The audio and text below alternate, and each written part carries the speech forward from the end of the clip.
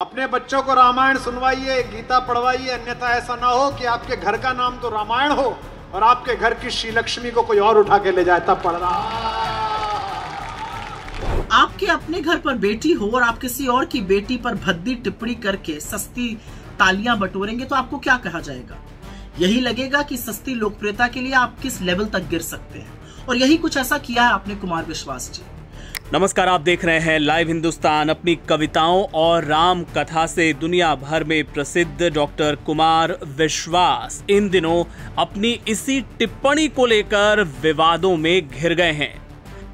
हालांकि मंच से जब वो ये टिप्पणी कर रहे थे, उन्होंने किसी का नाम तो नहीं लिया, लेकिन ये समझते किसी को देर नहीं लगी कि दरअसल वो शत्रुघ्न सिन्हा की बेटी सोनाक्षी सिन्हा और उनके मुस्लिम पति जहीर इकबाल को लेकर तंज कस रहे हैं। और डॉक्टर विश्वास ने मेरठ महोत्सव में ये जो बयान दिया, उसको लेकर अब राजनीतिक बयानबाजी भी शुरू हो गई है। और इसकी शुरुआत की है कांग्रेस की प्रवक्ता सुप्रिया श्रीनेत ने, जिन्होंने एक लंबी चौड़ी पोस्ट लिखकर कुमार विश्वास की क्लास लगाई है। जी हां, सुप्रिया श्रीनेत ने क्या कहा, आपको पूरा उनका ये पोस्ट बताते हैं। सुप्रिया श्रीनेत लिखती हैं, अगर आपके अपने घर में एक बेटी हो तो क्या आप किसी और की बेटी पर भद्दी टिप्पणी करके सस्ती तालियां बटोरेंगे? ऐसा करने पर आप किस हद तक गिरे हुए हैं, इसका तो अंदाजा लग ही गया है। कुमार विश्वास जी, आपने सोनाक्षी सिन्हा के अंतर धार्मिक विवाह पर तो घटिया तंज किया ही, पर आपने अपने अंदर महिलाओं के लिए जो असल सोच है उसे भी उजागर कर दिया। आपके शब्द, वरना आपके घर की श्री लक्ष्मी को कोई और उठाकर ले जाएगा। क्या लड़की कोई सामान है जिसको कोई उठाकर कहीं और ले जाएगा? कब तक आप जैसे लोग एक औरत को पहले पिता और फिर पति की संपत्ति समझते रहेंगे? आपके अपने घर पर बेटी हो और आप किसी और की बेटी पर भद्दी टिप्पणी करके सस्ती तालियां बटोरेंगे तो आपको क्या कहा जाएगा? यही लगेगा कि सस्ती लोकप्रियता के लिए आप किस लेवल तक गिर सकते हैं, और यही कुछ ऐसा किया है आपने कुमार विश्वास जी। कुमार विश्वास जी, आपने सिर्फ सोनाक्षी सिन्हा की अंतरधार्मिक विवाह पर घटिया तंज नहीं कसा है, आपने असली अपनी महिला विरोधी मानसिकता भी दिखा दी है। आप ही के शब्दों को आपके सामने बोलती हूं। आपने कहा ना, वरना कोई आपके घर की श्री लक्ष्मी को उठा ले जाएगा। ये उठा ले जाने का क्या तात्पर्य होता है? क्या लड़की कोई सामान है, कोई वस्तु है, टेबल पर रखा हुआ गुलदस्ता है जिसको कोई उठा ले जाएगा? ये जो मानसिकता है ना कि जब तक लड़की पिता के घर में उसकी संपत्ति है, जब पति के घर में गई तो उसकी संपत्ति है, ये कब बदलिएगा और ये कब बदलेगी? और ये कितनी घटिया सोच है। विवाह जो है ना, वो बराबरी का रिश्ता होता है। उसका आधार, उसकी नींव परस्पर प्रेम और परस्पर विश्वास होता है। 2024 के भारत में एक लड़की ने अपनी मर्जी से शादी कर ली तो आप उसकी परवरिश पर सवाल उठाने लगे। मतलब 2024 के भारत में एक लड़की को यह हक की आजादी नहीं है कि वो जिसको चाहे उससे शादी कर सके। अब कौन क्या खाएगा, कहां रहेगा, क्या पहनेगा, किसको पूजेगा, किससे प्यार करेगा, किससे शादी करेगा, इसका निर्णय भी धर्म के स्वयंभू ठेकेदार करेंगे। मतलब गजब है। और एक चीज मुझे बड़ी अजीब लगती है, मेरा अपना मानना है कि परवरिश का सवाल तो तब भी नहीं उठना चाहिए अगर किसी के बाउंसर एक संभ्रांत डॉक्टर को पीट दे, क्योंकि ये परवरिश की कमी नहीं है, ये उस व्यक्ति की कमी है जिसका स्टाफ उसके सामने ऐसी हिमाकत करता है। खैर, आपके सर्टिफिकेट की मुझे तो नहीं लगता कि शत्रुघ्न सिन्हा जी को या सोनाक्षी, उनकी जो बड़ी कामयाब बेटी है, उसको कोई जरूरत है। लेकिन 17 साल अपनी उम्र से छोटी लड़की पर इस तरह का तंज कसकर आपने अपनी छोटी मानसिकता दिखा दी।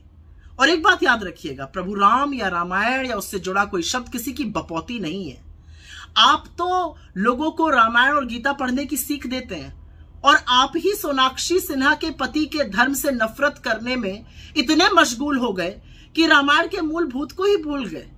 आप भूल गए कि रामायण में कितना मधुर अंकित है, सब नर करहि परस्पर प्रीति, चलहि स्वधर्म निरत श्रुत नीति। अगर आप रामायण का वाकई में अध्ययन करते तो प्रेम को जरूर समझते, आपसी सौहार्द को जरूर समझते, इस तरह की नफरती बात नहीं करते। खैर, आपके अंदर रामकथा वाचक बनने की बहुत लालसा है और होनी भी चाहिए, कोई गलत बात नहीं है इसमें। लेकिन काश आपके अंदर प्रभु राम की रत्ती भर भी मर्यादा और रत्ती भर भी शालीनता होती। आपको कुछ क्षण के लिए थोड़ी सस्ती लोकप्रियता तो जरूर मिली, लेकिन आपका कद जमीन में और धंस गया। और मैं आशा करती हूं कि आपको एहसास होगा आपने गलत किया। आप एक पिता से और उसकी बेटी से माफी मांगिएगा। तो कांग्रेस प्रवक्ता सुप्रिया श्रीनेत ने यह बयान दिया तो भला बीजेपी की तरफ से प्रतिक्रिया क्यों ना आती? बीजेपी की ओर से भी प्रतिक्रिया आई, क्या कुछ कहा गया, सुनिए। कुमार विश्वास का एक बयान विवादों में उलझे दिख रहे हैं और इस बयान को आप खुद कैसे देखते हैं? देखिए, मुझे लगता है इसमें बहुत विवाद की जरूरत नहीं है। उन्होंने बहुत साफ कहा है। उन्होंने कहा है कि हमें अपने घर में भारत की जो संस्कृति है, हमारे देश की जो सभ्यता है, हमें शिक्षा के साथ साथ वो संस्कार भी अपने परिवार में देने चाहिए, नहीं तो परिवार में टूटन का खतरा रहता है। तो एक बहुत स्वाभाविक सी बात उन्होंने कही है जो देश की धरती से जुड़ी है। इसमें विवाद जैसा कोई विषय मुझे लगता है नहीं। देखिए, सच्चाई है, आज घरों के अंदर से संस्कार जो है वो मिटते जा रहे हैं, घटते जा रहे हैं, कम होते जा रहे हैं। उसके पीछे कारण यही है कि हमने घर का नाम तो चाहे भली रामायण रखा, लेकिन रामायण की शिक्षाएं, रामायण के बीज मंत्र हैं और रामायण के जो संस्कार हैं वो शायद हम बच्चों को देने में कहीं ना कहीं विफल रहे।